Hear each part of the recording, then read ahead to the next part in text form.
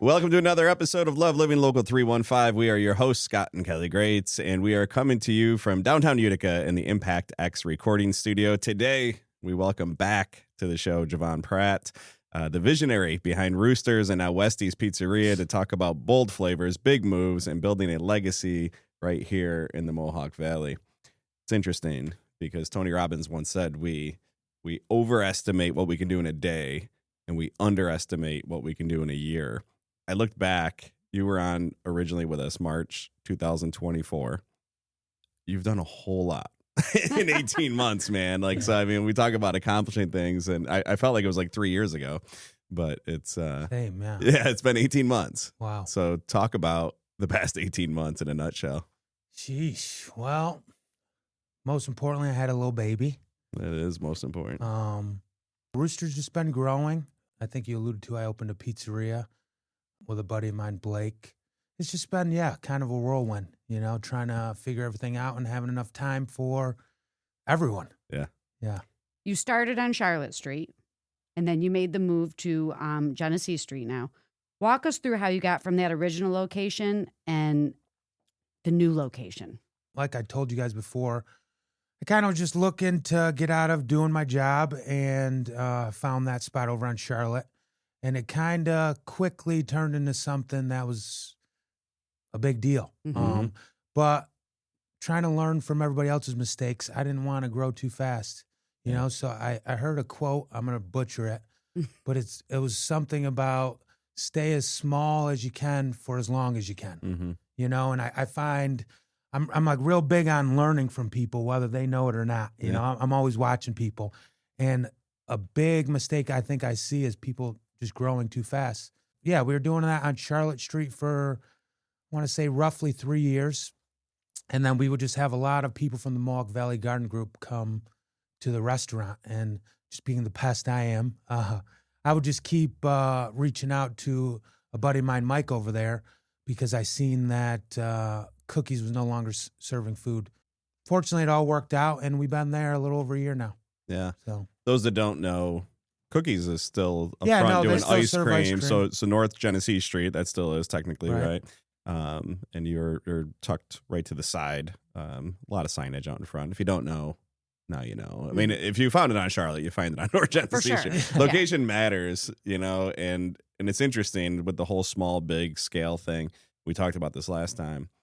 But what changed, right? So you went from, it was basically you and one helper, to you might be able to seat 20, 25 people. And now this is like a full-blown production over there. Yeah, what changed? Bigger bills, more employees? No. Yeah, well, that's true. Yeah, I think the biggest thing that changed was being more accessible. That was like a big complaint that we were having from everybody, is like the parking was bad. There's no seating. But if I'm being honest, I miss that small location. Not that I don't like serving a lot more customers, but there's something unique about a place when it's small. It's like a lot of my customers even tell me they miss just sitting 2 feet behind us while we're cooking burgers. And I miss that as well. I feel like there's a personality that we had on Charlotte Street that we're kind of missing. It's something I've been discussing with my managers. How do we, kind of revert back to being that place that people loved going, so that's a challenge. How do we scale that hospitality, and how do you scale with my employees now, remembering people's names, when you walk in, Scott, Kelly, how's it going? I feel like that's special for people, so I don't want to get away from that. And I think that is the biggest challenge that I'm kind of seeing. But for those people that haven't been to the new location, your kitchen is still open, which is great. So whoever is preparing the food, whether it's you or somebody else, every time I walk in there, someone turns around, how are you? Good morning, like good afternoon, whatever it is. So I love the open kitchen concept. I think there's a big comfort in me being able to see my food prepared and who it's prepared by. I think it's a great location. I love the different amount of seating. I love that you can sit outside too. Yeah. You have the space outside where on beautiful days, if you want to bring your food outside and sit outside, I think it's a great location with, the Nexus Center being right there and the hotels and everything. So now let's talk about Westie's a little bit. I haven't been in there yet. I've seen the pictures. I mean, The artwork's fantastic. Talk to us about that location. Yeah, well, firstly, shout out to Eric Cleveland on the art. That is a big compliment we get when everybody walks in. So if you guys don't know Eric Cleveland, he goes by Slayer. He's the man. He did all of our artwork. Yeah, we know him. No, I know you guys know him pretty well. So yeah, Westie's is located at 1428 Sunset Avenue. For those who do know, that's kind of where I got my start in business with Pie Squared back in 2017. Wow. That's almost 10 years ago. I remember that. I remember when happens. we walked in there and he's like, "You're a plano." Yeah. And I was like, "Oh my God, that's right." Perks of living in Frankfurt. Right? Yeah. Yeah. Anyway, go ahead.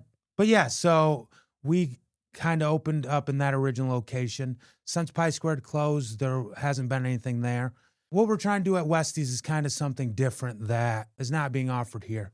You know, it's like, seems counterintuitive to people to open a business with limited hours, that a pizzeria that doesn't sell chicken wings, that doesn't have subs, that doesn't have salads, you know, when in fact, in bigger metropolitan areas, it's pretty common. Yeah. You know, so just like with Roosters, how we focus on the burgers, we may have a chopped cheese sandwich or chicken nuggets. That's the same thing we're trying to do with Westie's. You know, we're trying to focus on the pizza.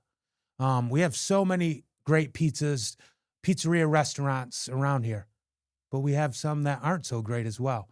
You know, and I find that the ones that are not so great, they try to dabble in all these things, you know, and I like to liken like any business I do to life, you know, because I have a lot of young employees and I try to impart on them any wisdom I can. You know, I'm not the most wise, you know, but I've learned some things. And in business, just like in life, I tell them, and I tell my customers this as well, I know going in business, I cannot please everyone, right? Just like in life. You know, and I found probably in the last few years, life has got so much better for me when I accepted that. You know, it's like Roosters. We sell burgers. Unfortunately, if you're vegan, this is not the place for you. Right. You know, there's many good places that cater to vegans, but unfortunately, we're not. I feel like if we focus on that, our constituents, if you will, you know, it's like we're pandering to them. So we know who our customer is, and we can gauge a lot easier whether we're successful or we're failing in that. Yeah. Whereas if I have a pizzeria and I'm selling to chicken wings and subs and sandwiches, you know, you may think my pizza's awesome, but this person's coming for the salads or whatever. So moral of the story is we're just trying to be known for the pizza. And we are limited in that number. We're open Wednesday through Friday, 12 to 8 o'clock. There's a lot of contention in that because people will ask us, well, how do you make money being open 3 days a week? As if it's any of their business. Yeah, I mean, you know, I appreciate all the business advice, you know, but I just want to really get this point across. The hours and what we're doing and what we're serving is based off the life that we want to live. You know, I'm not doing anything business-wise malicious to insult you or any of the customers. So I don't want people to take it personal, you know, that we're open 3 days a week and we're just selling pizza. We're just trying to create a product that is remarkable, that when you're in the mood for pizza, you know, it's like, hey, it's Wednesday. Yeah. Westie's is open. We got to get over there and try it. So Hey, listen, I can go so deep on this. Couple things come to mind. First off, the riches are in the niches in any business, right? People that don't get it, and that's okay. When you have diluted focus, you end up with diluted results oftentimes. And there's power in scarcity. And I mean that in this capacity is that, you know, why is a Supreme t-shirt worth $150? Why do people line up for it? It's a $6 t-shirt, right? Because there's only so many of them. And so if I know, and Palatary Joe's is a great example in Utica, right? I mean, they serve food one day. They're open 2 days a week. 2 days. Oh, I think food's just one day, right? I think well, whatever. Tuesday Very and limited. Saturday, but you can't get a anyway. freaking seat in there, right? Because everyone knows if you want Palatary Joe's, you got to go there while they're open. And when you they want sell a us Westie's, something, they wipe it off the board. It's gone. You want a I love Westie's that. pizza, Yeah. you got to I go love there. that. Well, you can. And when it's gone, right? Like you say till 8 or until you're sold out. There'll be days where we're sold out at 4 o'clock. Yeah. Because people are pre-ordering, which we recommend. And what I would like to get to eventually is just a pre-order system where we have a website where ordering opens up at 8 a.m. And once we sell out, we're sold out. And we're doing this for the love of pizza. Like, we're not doing this to get rich. And when I say we, I'm speaking of myself and my buddy Blake, who makes the pizza there, who eventually it will be his pizzeria. And I will just be an investor in it. So he's a simple guy. He has a wife and 2 children. He's not looking to be a millionaire from pizza. If he can make a respectable $60,000, $80,000 a year, he's happy with that. Sure. And I'm happy with that for him.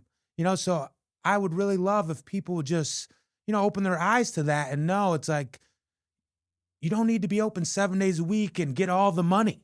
It's like some people aren't wired that way. And if you want to, go do it. Yeah, for anybody, right, exactly. For anybody that doesn't know, it is a unique pizza. If you want to talk about it that. too, the fermented dough and the sauce and it takes time to make that pizza, and there's only so many because of the quality of the product. Yeah, so I'm glad that you pointed that out. Actually, yeah, we make our dough 2 days in advance. I grew up working in pizzerias.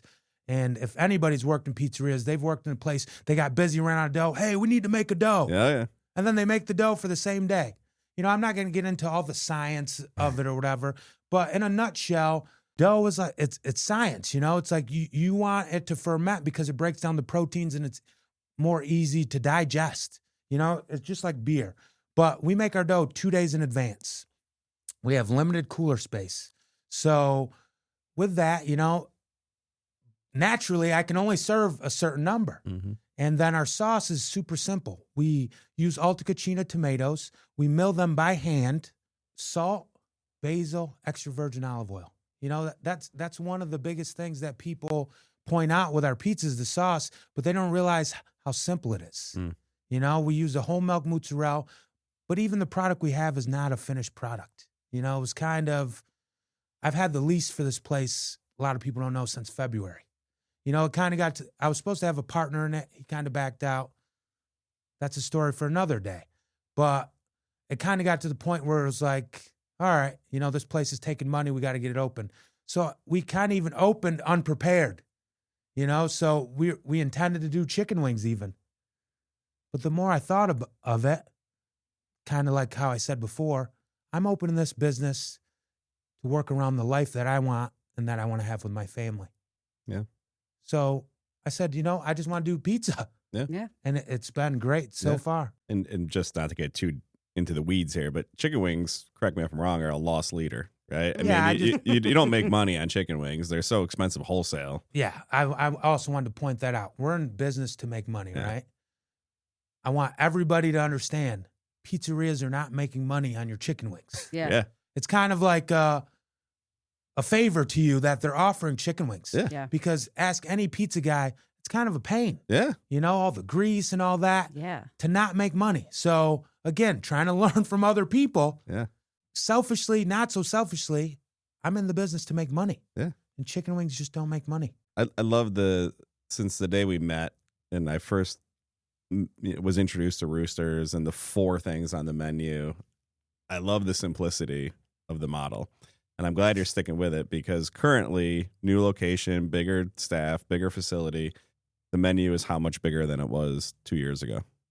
Well, I would say it's still the same, but we have secret menu items, if you will. It's like you can get any of the burgers over fries. You can get any of the burgers over lettuce. And we originally put that on the menu, but people would get confused. They'd hear it come out a Rooster fry. They'd say, no, I want a burger with fries. Yeah. So we kind of took it off. And if you're one of our regulars and then you know. But other than that, no, we haven't added anything. But every once in a while, they'll do a limited time. Yeah. Get it while you can. I did this. I had the cheesesteak. It was fantastic. You did that a couple of months ago, right? Well, it wasn't a cheesesteak, but it was more of like a Philly chopped cheese. Philly chopped cheese. That's what it was. That was fantastic. I also had the taco that you did. That was amazing. So good. What was the jalapeno one? That was really good too. Scott, there's so many of them. I really don't even remember. And what we run into is like, yes, there's a choice of 3 different burgers, correct? Yeah. And I walk in and I have a hard time choosing just one because the figgy is so good, and the classic, and then the Rooster sauce. We always have a jar in our fridge. We had it last night. We did. She made chicken, and we had the Rooster sauce. I know, for sure. Yeah, if I could do it all over again, I'd go even simpler. Yeah. Just because I feel like if you do a product well enough, people can get behind it. Like I was just in Montana with my family, and we went to this place. I can't remember the name, but they sold one burger, and you can only get it in a single. And it was just the greatest thing. Like she said, I have 3 different burgers, and people still come in there like, huh. And you're like, oh, I should have got this. I think they're because they're all good. They're all so good. That's what I meant. Yeah. So I'd make it even simpler if I could, to be honest. I love it. I love the model. I love that you're staying true to it. Let's talk about this trip to New York City, because that's super cool. You start talking about some big time names that you were mingling with. So set the picture as to what the event was, how you got involved in it, and what the experience was. I'd say roughly almost a year ago, George Moats reached out to us on Instagram. For those who don't know, George Moats, people dub him as like the burger scholar, right? So it's like he just geeked out and dived so deep about burgers, and he'd travel around the country, kind of just seeing what the regional burger was. And he kind of introduced America to the Oklahoma City onion burger, that being like his favorite. So fast forward, he messaged us. He had a wedding that he was catering up in Hinckley, and somebody kind of bailed on him. And he's like, hey, would you guys be able to spare an employee? I'm like, yeah, I got you. I think I got a guy. I know a guy. And so I went up there, helped him with this wedding, and super cool, down-to-earth guy, So just about, I want to say 3 weeks ago, he reached back out to me. And he's like, hey, man, we got this burger bash that's being sponsored by Blue Moon. It's put on by the New York City Food and Wine Festival and the Food Network. He's like, somebody backed out. Would you be interested? And I'm like, I was kind of like thinking, I'm a little short-staffed right now. I probably can't do this. But then I talked to my wife, and she's like, you got to do it. Right. And I'm like, yeah, you do got to do it. Thank God we're married. Yeah, exactly. We can be so smart sometimes, that's right? a whole nother episode. Are you kidding? Without my wife, man, I'd be lost. Yeah. Shout out to her. Yeah. I was like, oh, okay, I'll do it. Literally 2 weeks notice. Mind you, I'm short-staffed, so I have to find these employees. I took my buddy Blake from Westie's, who's never worked at Roosters in that capacity. I took one of my managers, Irv, and then one of my supervisors, Nate, down. Fortunately, we were provided meat by Pat LaFrida. He sponsored the event. He's like a real big butcher there. It was hosted by Rachel Ray. I mean, Ja Rule was one of the, one of the guest judges. Whole gang of names, We just went down there and represented Utica. It was surreal, because here we are in this city of 60,000 people, and they're asking us in a 2 weeks notice, hey, you got to come down here and serve 800 people. I was kind of telling you guys earlier, we are surrounded by a lot of burger places that already had a huge following, Sure. Household names, Bobby Flay. Exactly. Yeah, exactly. Bobby Flay shouting people out. We had this one next to us. They had a location in Miami and New York City. Tons of social influencers are there. Mm-hmm. So we're feeling like the ugly kids in class. You know what I mean? You were. Yeah. You were in the middle. You were in the middle. Everybody's, surrounded over there. And we're just like, hey, we're over here. But no, super cool. We didn't win, but people showed us tons of love there. Lots of people saying we were their favorite burger. We felt like we won. Not the competition, but we just felt like winners. Yeah.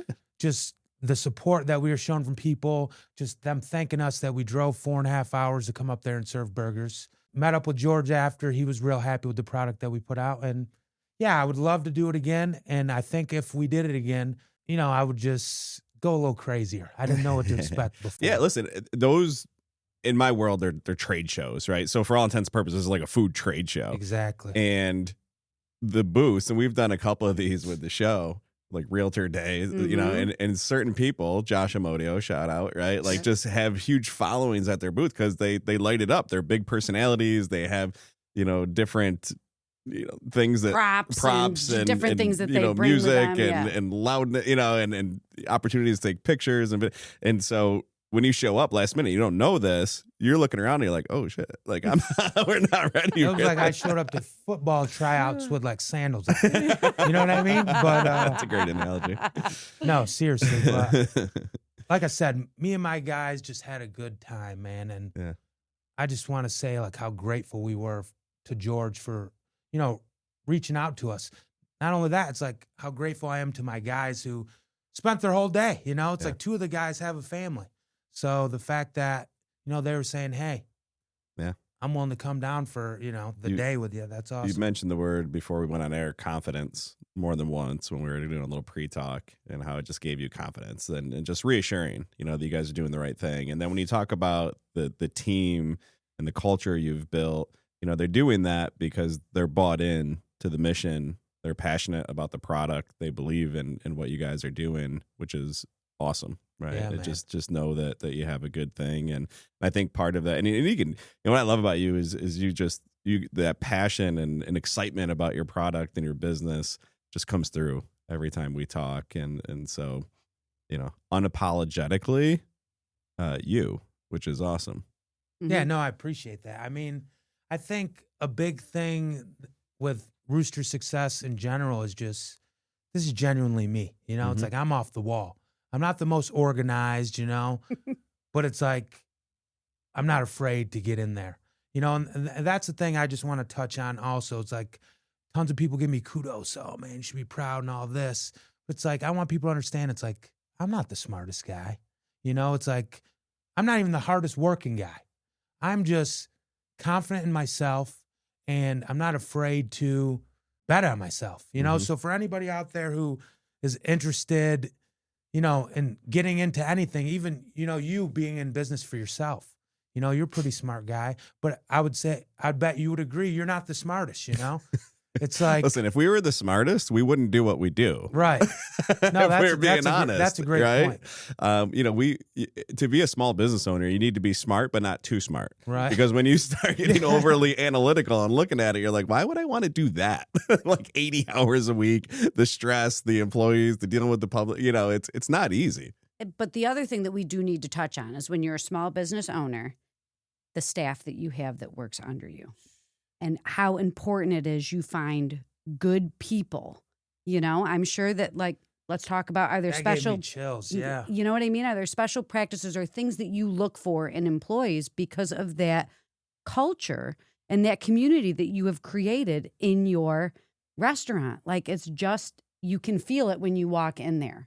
I'm glad you said that. It almost gets me emotional to think about, I am so grateful for the people I have.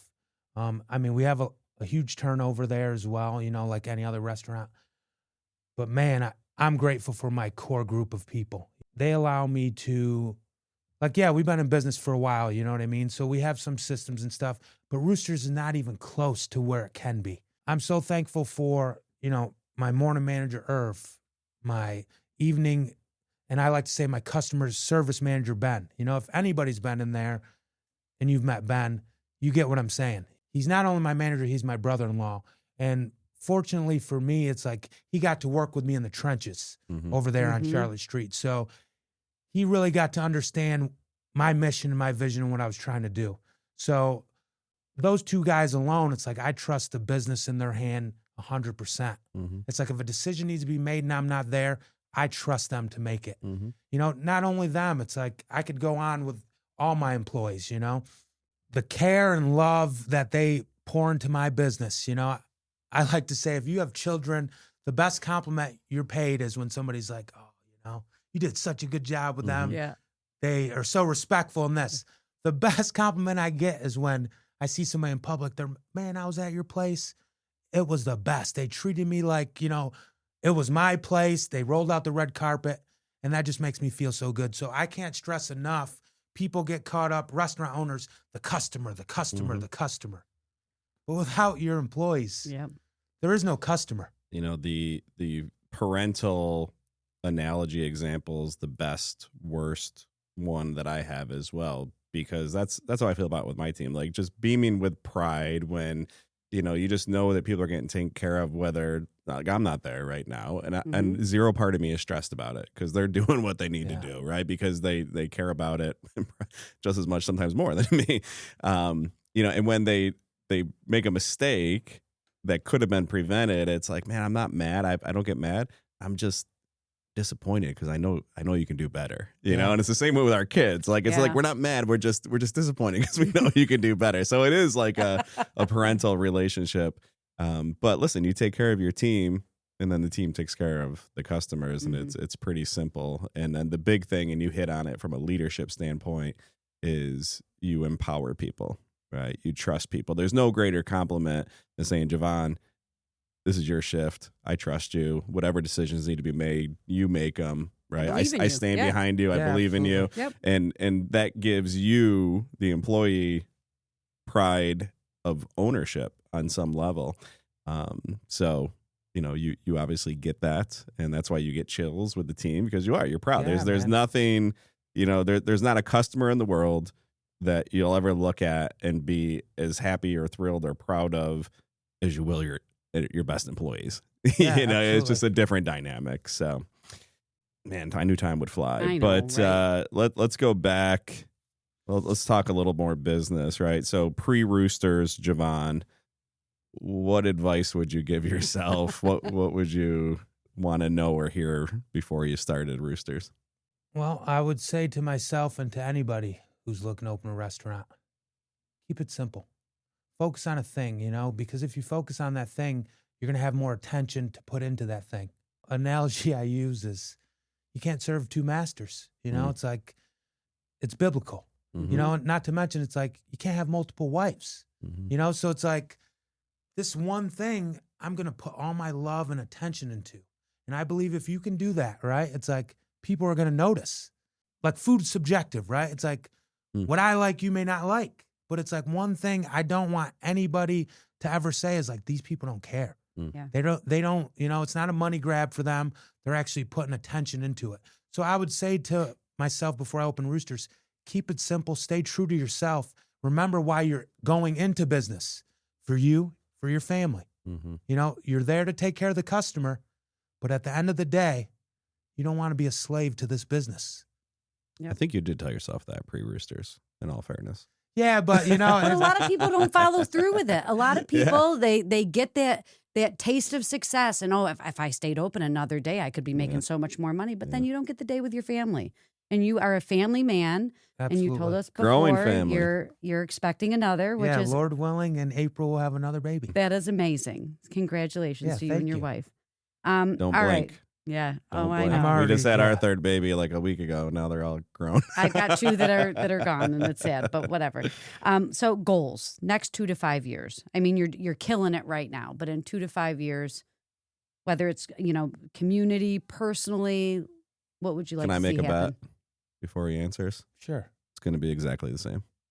Yeah. There might be different versions of it, but I feel like you're going to stay true to everything you just said from the last question. Man, I don't know. Not to sway the answer, but go ahead. No, I would say in the next 2 to 5 years. It's kind of hard for me because I get all over the place, you know, so I'm trying to focus more.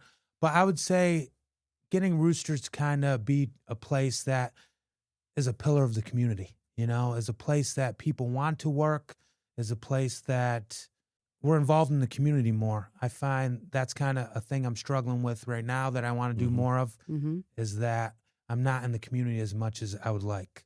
Myself personally, I would like to do a little more consulting, you know, for other businesses.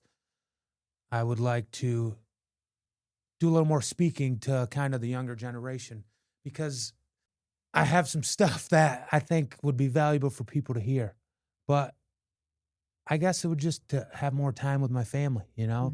Hopefully my family grows a little. My wife's probably going to be, you know, thinking like, let's get through this one first. But yeah, I think in the next 2 to 5 years, I would just be happy if we can create a place that people want to work at.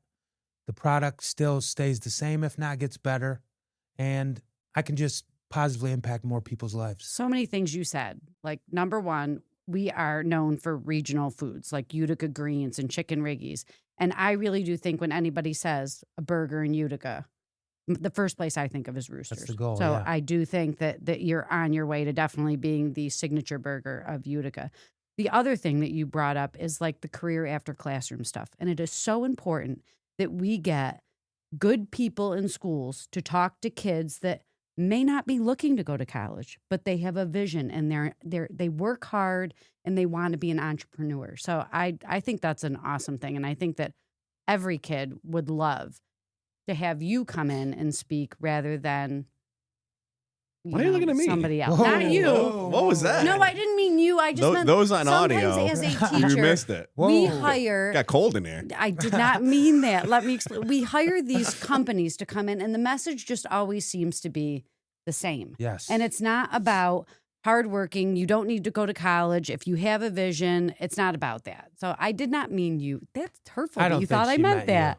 Javon noticed it, too. Oh, my God. Nobody noticed it. Spina actually is probably going to edit it. Shut up. Yeah, he doesn't want to impact our marriage in a negative way. Yeah, no, I think that's a good point. And I just want to say this quote. It's like my favorite quote. And I think it's super important. College is not, the end all be all, but it was by like Inky Johnson. He said, perspective drives performance. So how you view what you do affects how you do what you do. It's like, that's so deep to me on multiple levels, and that's like a thing, whether you want to be a car mechanic, you want to do burgers, I joke to people, it's like, I'm doing what my teachers told me I'd be doing, flipping burgers, but it's like my perspective on it changed. Yeah. It's like, how can I impact the most people? How can I put out the best product that I can? And I feel like that is the problem I'm seeing with like adults and even younger kids. It's like their perspective's all off, so just to piggyback kind of on what we were saying with employees, is like, that's what I look for an employee. I look for somebody with a good perspective, not looking like, oh, I'm rolling these meatballs. This is so sucky. Yeah. But it's like, I'm contributing to the bigger picture. Yeah. So I would say to any kid out there that wants to, do anything, it's like, change your perspective with that thing. I love that. Yep. Yeah. And you just reminded me I need to listen to Inky Johnson more. He's the best, and he's awesome. Gotten away from him. I say it all the time, and people think I'm joking, but I'm not. Like, the greatest job I ever had was working at Sully's Pizzeria in high school and through college. Like, I was waiting tables at the Night Spot, and it was my most favorite thing. The friendships, the bonding, the dealing with customers and the community, and you're making people happy. It's pizza. But in that moment, I don't know if you were really grateful on what was happening. Yeah, well, right. Sure. Yeah, I mean, perspective changes everything. That's no doubt. Like a thing I struggle with even now. Another thing too, and I can't remember who said it, but some billionaire on a podcast, but his point was impactful. He said, what's the average business school cost? 60, 70 grand, and you got to go for 5 years. So you're talking $300,000 to $400,000 for an MBA to then go out and fight for what type of job. He's like, I'd rather see a kid invest $300,000 and spending 5 years and going out and doing the business and trying different things and making mistakes and failing. And then when you get done, you've got a better 5-year business degree than anybody for $300,000. Mm-hmm. Without a doubt. So along with what you're saying, but yeah, man, we're at time. Yeah, we got to wrap it. Which makes me sad, but let's do it. We got some rapid fire questions. We got a lot of them. They should be, try to go quick. Burger or pizza? What's your personal go-to? That's tough. I have a tough time with that, picking too. A kid. Well, I'll have to pick a burger because... Yeah. Favorite midnight snack of yours that is not featured on a menu? Lately, it's been ice cream. Your Your wife liked the ice cream? That was my go-to when I was pregnant. I just had to have Speaking it. of leadership, Steve Jobs said, if you want to make friends or if you want to be popular, don't be a leader, sell ice cream. Yeah. Noted. Music in the kitchen. What's playing while you cook? Oh, while I cook, it's country music. All right. Just because it reminds me of my mom and it just brings me back to my childhood. That's awesome. But at Roosters, it's reggae. Okay. Yeah. One food trend you secretly love? Anything Asian, really. I've been really into pho lately. Okay. Yeah. Okay. Most used emoji in your text messages. That's a good one. Heart. Oh, nice. Oh, geez, I feel like we should just stop there. But we're not going to. What's your go total opposite of the heart now? What's your biggest culinary pet peeve in the kitchen? Just being unsanitary. Yeah. Not wearing gloves, dropping something, trying to use it without anybody looking. Like, no, we don't do that. If you weren't in food, what would you be doing? The original goal was to be a school guidance counselor. Nice. But yeah, I'd be in some capacity speaking to people and touching their hearts. Big market for that. We'll get you there. You got a full day off. I know it's going to feel weird. No calls, no kitchen. What are you doing? grabbing the girls, my wife and my 2 girls. We're driving up to the Adirondacks. Nice. We're either going camping if we got the next day off, or we're just bringing them to the park, having some coffee, going for a walk. What's the weirdest or most unique pizza topping you've ever tried or want to try?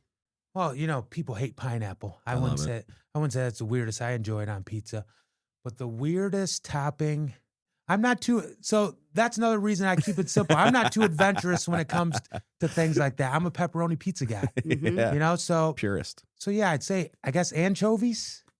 Yeah, we do EBA. Do you like anchovies? I've never tried it. I like anchovies if you cook them in something else. Like they're super salty. Yeah. And they add really good base to like a sauce. I don't think I've ever eaten like a fish, but I've definitely used the paste and like reduced it down and used it to cook. But I don't think I could eat the fish itself. Javon Pratt, Westies, Roosters, but so much more to come. We've never had a guest on 3 times. I have a feeling he'll be back. Yeah, I think so. It'll 18 months from now, we're going to be like, oh my God. God. Some things I want to discuss. It's always so much fun.